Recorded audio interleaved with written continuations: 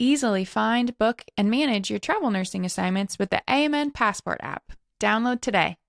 I think there are a lot of people that hear the word meditation and they immediately say like, "Oh, it's too woo-saw. That's not for Yeah. me." So how did it help you? Where did you start? And then I kind of want to go into maybe how can we try to like implement that into our work days. Yeah.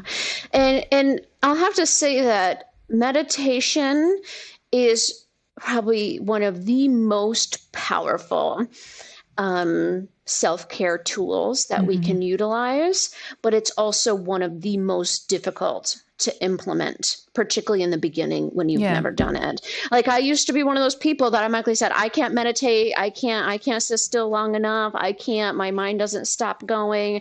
I Hmm. used to be one of those people. And it turns out that meditation it's been really important to me. And meditation, see, people don't often understand that meditation is all about bringing yourself to a single point of focus. Okay, so it's about training your brain to always come back to a single point of focus. So that's why meditations vary so much, because they vary based on their point of focus. The Hmm. point of focus may be your breathing. The point of focus may be a mantra that you're saying. A point of focus may be the environment around you, sound, sensations. But there's always a point of focus. And the point is to always, and people think, well, I can't meditate because my mind always wanders. No, actually, that's what the mind does. And the point of meditation is to train your brain to keep coming back to the point of focus every time it gets off track. And the reality is the longer you, well, yes, the longer you practice, can you go longer periods of time without a distraction? Potentially, but it depends on what's going on in the day. Even if you're very well practiced in meditation, if you have a really stressful day, there's still Hmm. things that are going to creep in.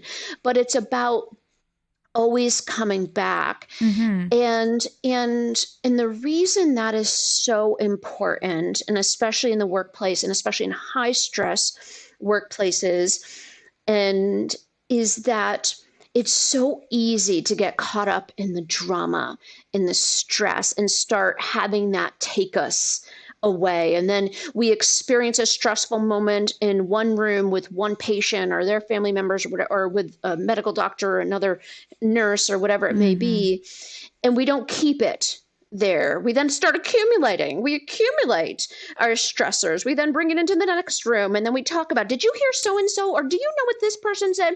And then we'd Hmm. accumulate, and then we keep bringing it on. We bring it on, and we just keep accumulating this stuff, and we don't come back to anything in particular other than what the world is telling us we should focus on, in this case, the stressor.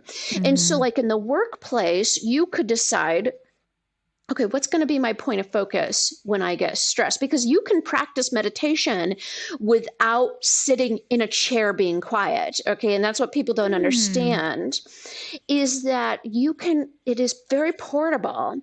And so you could determine that my point of focus is always going to be the patient in front of me, or the person that is in front of me, the person I am talking Hmm. to, not what just happened 10 minutes ago, not what just happened an hour ago, not what happened yesterday, but what happened in this moment.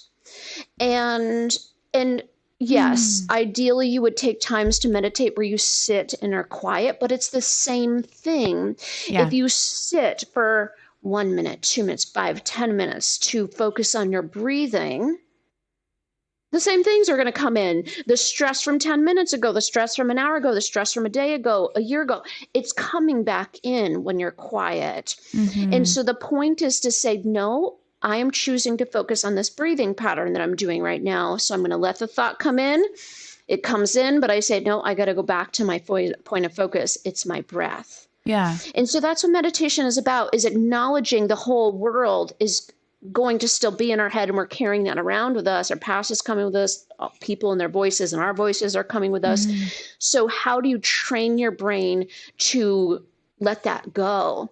And so the longer you meditate, so if you start progressing to, I encourage, if people have never done it, to start with 1 minute. 2 minutes is better, but if 2 minutes is too much, you start with 1, and then progress to 5, and then 10, and really practice. And you can set like the timer on your phone, and you can practice with just a focus on your breathing. Like, focus on, what does it feel like to have the air come in and the air go out? What does it feel like in your nose and in your mouth? What does it feel like? You can even make it that simple. And then say, okay, for a minute, I'm only going to focus on the sensation of breathing. And if anything comes in, it's going to come in. I can't stop it, but I'm going to go right back to what I'm focusing on, which is my breath. But when you start training your brain to do that, you're going to be able to do it in other aspects of your life. So when you're in front of a patient or somebody difficult, you're not thinking about all the 1,000 things that you have to do, right after you're done with them. You don't have to think about, you're not going to, hopefully, like, what you need to make for dinner tonight and what you need to do with the kids later, the husband, whatever it may be. If that creeps in, you say, no, this is my point of focus. Patient in front of me. And just noticing, like, and just setting that intention, like, because I am a yoga instructor, when you're teaching a yoga class, you always typically start with an intention, people setting an intention for the practice. And I encourage people to set an intention for their day. Is it an intention? It could be an intention for the morning, and an intention for work, an intention for whatever it may be, and say, okay, and then have that part of that intention be, what am I going to focus on?